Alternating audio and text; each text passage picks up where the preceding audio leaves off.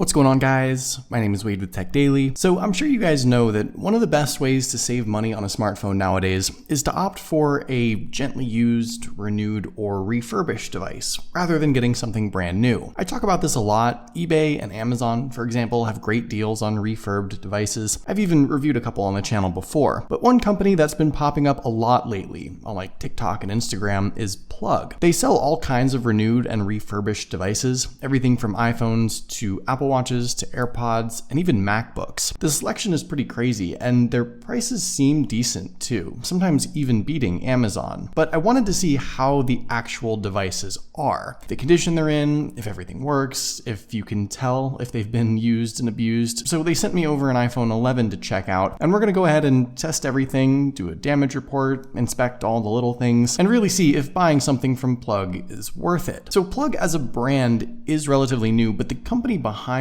Plug, EcomCell, has been around for a few years. They both buy and sell all sorts of tech items. So you can sell them your old device, buy a new to you phone from them, and they'll fix up your old device and resell it to someone else. Now, in addition to the iPhone, Plug also sent me this little care package of extra stuff here, which was nice, but everything you see is sold on their website. They have USB-C cables and wall chargers, which are also discounted pretty heavily, a couple case options, a little phone stand thing, basically everything you could need for your device. And that stuff's great, but this is what we're here for. Now, unfortunately, you don't get the original device box when you buy something from Plug, so keep that in mind. It'll be shipped in this Plug branded packaging, but inside, Plug actually includes more stuff than what Apple gives you nowadays. The first thing you'll find is this little pamphlet that has setup information, phone number and email contact if you need help, warranty info, definitely very helpful. Next is the phone itself, which we'll take a look at in just a second. And at the bottom of the box, Plug does include a USB cable, a charging brick, and a little SIM ejector tool. So take note, Apple and Samsung, it's the polite thing to do to include some accessories with a phone. So here is the iPhone itself. Like I mentioned, this is an iPhone 11, which Plug sells right now starting at $369. I think that's a nice price, honestly. And at first glance, it actually looks pretty good. Powered on with no issues, though it only had like 3% battery life, so I had to charge it right away, which I also didn't have any issues with. The charging port was fine, the phone juiced up normally. But the first thing I wanted to go over here is the physical condition of the phone, check for any scratches, chips, dents, bends, or other damage. The front of the phone is surprisingly flawless. I expected at least some minor hairline scratches from normal use, but the front glass and screen are absolutely perfect, so I'm really happy with that, though I'll admit that that's likely not going to be the case with every single device they sell. Around back, there is a pretty sizable scrape towards the top right, and a few other hairline scratches all around. Because it's the back of the phone, I don't care about that as much, but that's far and away the most significant sign of wear and tear. The rear camera setup looks good to me, no marks, no dust, no other issues with the lenses or the flash that would impact pictures or videos. The aluminum frame of the iPhone does have a few more tiny chips and marks, but nothing major, no dents, no signs that it was like dropped or anything like that. Overall, the iPhone 11 showed up in much better physical condition than I thought it would. My other iPhones that I've personally used over the years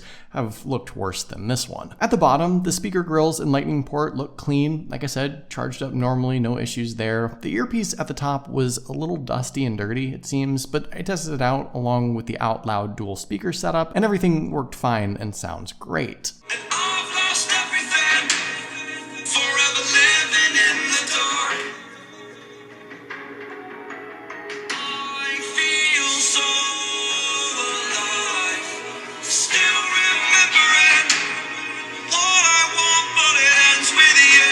Now, one of the first things you'll probably do with a new phone is pop in your SIM card. I did that, of course. I have AT&T, and the iPhone recognized it right away. I had cell service, data, 5GE. It's an unlocked phone, so I didn't expect to have any issues. The Wi-Fi connected as well with no problem, so the network capabilities here altogether are good. One of the features that often doesn't work on used or renewed or repaired iPhones especially is actually Face Unlock. Apple has it set up in such a way way so that if the screen or cameras or sensors are replaced with non-OEM parts, Face ID will usually get disabled. But here on this iPhone 11, it has Face Unlock, it sets up normally, and it works perfectly fine. And the front and rear cameras work as they should. Again, sometimes with devices that get damaged or fixed poorly, camera lenses or specific features just don't work. But as far as I can tell, everything in the camera app, including the LED flash and all the lenses and features and shooting modes, are all working as they should. A couple other important things to test out: the location services, GPS works perfectly fine, so no issues with figuring out where you are. Inside settings, this one obviously isn't iCloud locked. There isn't like someone else's Apple ID or email associated with it, which people like to sell stolen and locked Apple devices all the time on like Facebook Marketplace, so that's why I mentioned that. And with the battery capacity and battery health, this phone has 90% maximum capacity with peak performance still, which is actually pretty decent for a more than 2-year-old device. You can expect 5 to 10% battery degradation per year depending on how much you use a phone and how you charge it. So this is about average, and I don't expect to experience any issues with charging or lasting throughout the day. In just sort of playing around with everything else, the screen brightness, touch sensitivity, Bluetooth, the other random apps and things on the phone, I didn't come across anything that didn't work or was otherwise a concern. And that's great. While I know this phone is obviously a used iPhone or a refurbished device, it doesn't appear to be damaged, abused, or have any sort of cheap or botched repairs or non-OEM parts, as far as I can tell. This seems to be a solid device with a lot of life left in it,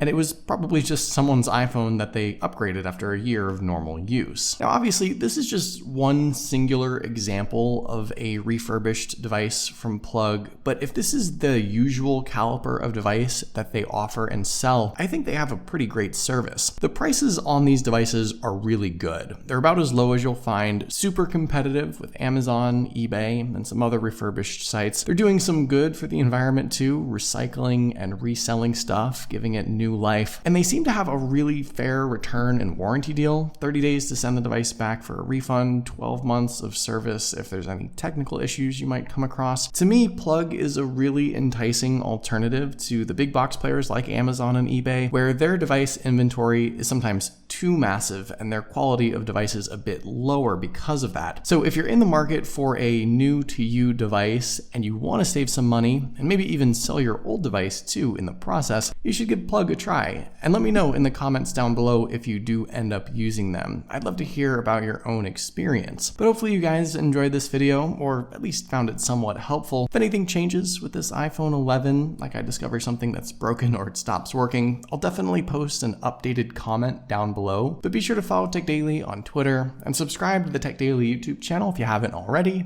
and I'll see you guys later.